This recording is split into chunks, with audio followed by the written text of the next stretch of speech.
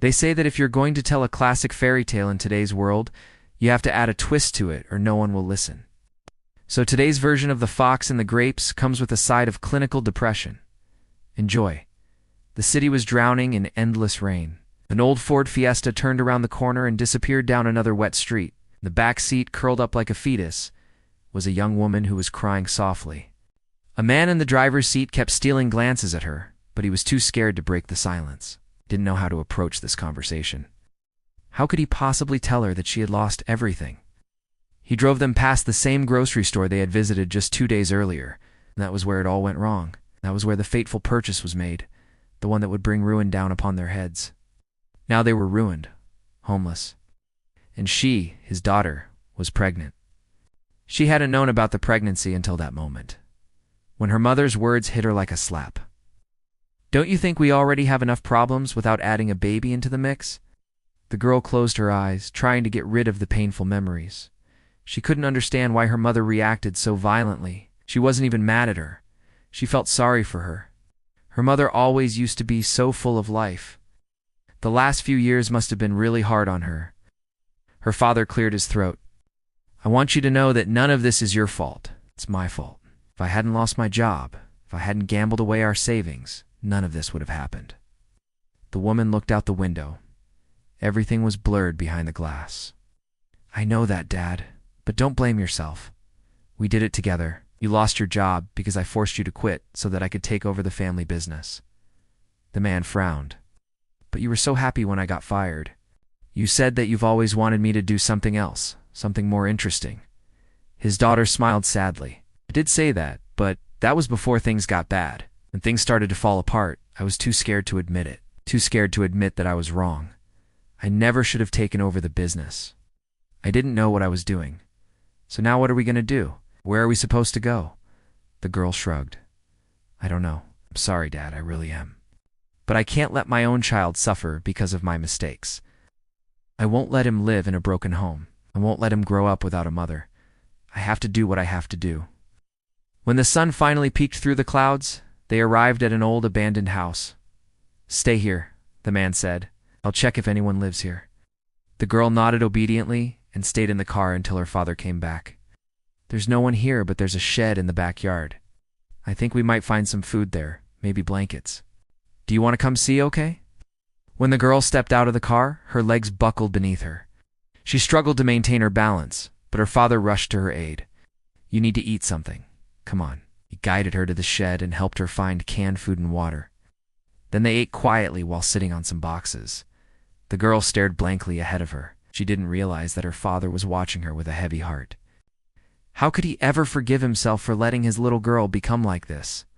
The next morning, the girl woke up early. Her stomach was growling, but her father was nowhere to be found.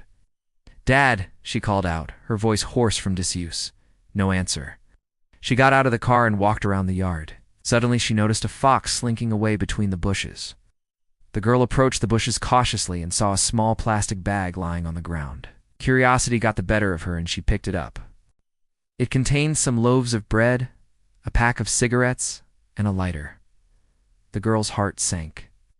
This must be what her father was doing these days. Gambling and smoking again. Was he planning to take his own life? Did that bag belong to someone he owed money to?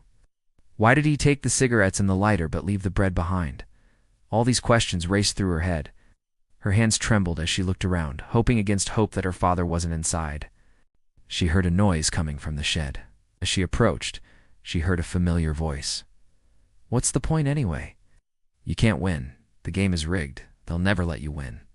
The girl froze in her tracks. It was her father. But who was he talking to? Cautiously, she opened the door and saw a fox sitting on a box. Next to it lay a deck of cards and several losing tickets. The fox looked up at the girl and smiled. Ah, you're awake. See. So your dear old dad was trying to teach me how to win at poker, but I guess it's hopeless. Foxes are just not cut out for this kind of thing. We're more suited for hunting and catching mice. That's our fort.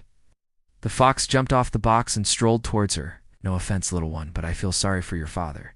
He thinks he can beat the odds. He thinks he can win. Delusional. Simply delusional. The girl felt tears stinging her eyes. What should she do? Should she wake her father up? Would he remember who he was, who they were? Or would he just look at her with vacant eyes and keep mumbling incoherently about foxes and cards? The fox continued to pace back and forth. Why do you humans act like this? You know very well that you can't win, yet you waste your time and energy trying to beat the system. Don't you think it's exhausting? Wouldn't it be easier just to accept that you can't win? To give up the struggle and enjoy what little you have left instead of wasting it on pointless pursuits? Just imagine how much simpler it would be if you stopped hoping for something better. If you stopped yearning for things that are unattainable, wouldn't that free up so much time and energy for you? So many things you could do instead? You could spend your days chasing butterflies in the park, feeling the breeze on your skin, listening to the birds singing. Why drag yourself down with all this useless striving? Just relax and savor the beauty around you. The fox paused. Or maybe you prefer to stay in the shadows, hiding among the gray walls. Oh yes, that makes perfect sense. After all, you're strong and independent. You don't need any silly dreams or hopes, right? You don't need happiness. You're fine without it. The girl sat down on a nearby box and burst into tears.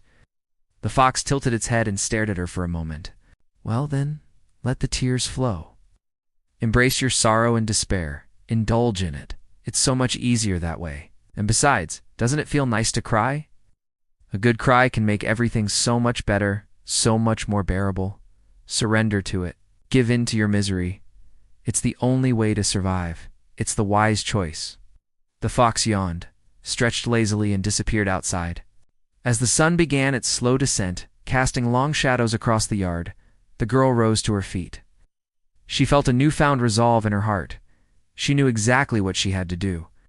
She wiped away her tears and walked towards her father, who was still slumped over the card table. Gently she nudged his shoulder. "Dad, it's time to go." He looked up at her with dull eyes. "Where are we going?" "Home," she replied. "We're going home." And as they drove away from that place, the girl understood that sometimes you just have to move forward, even if it means leaving some things behind. Even if it means letting go of your dreams. Sometimes life is like that. Sometimes the grapes are just too high up to reach,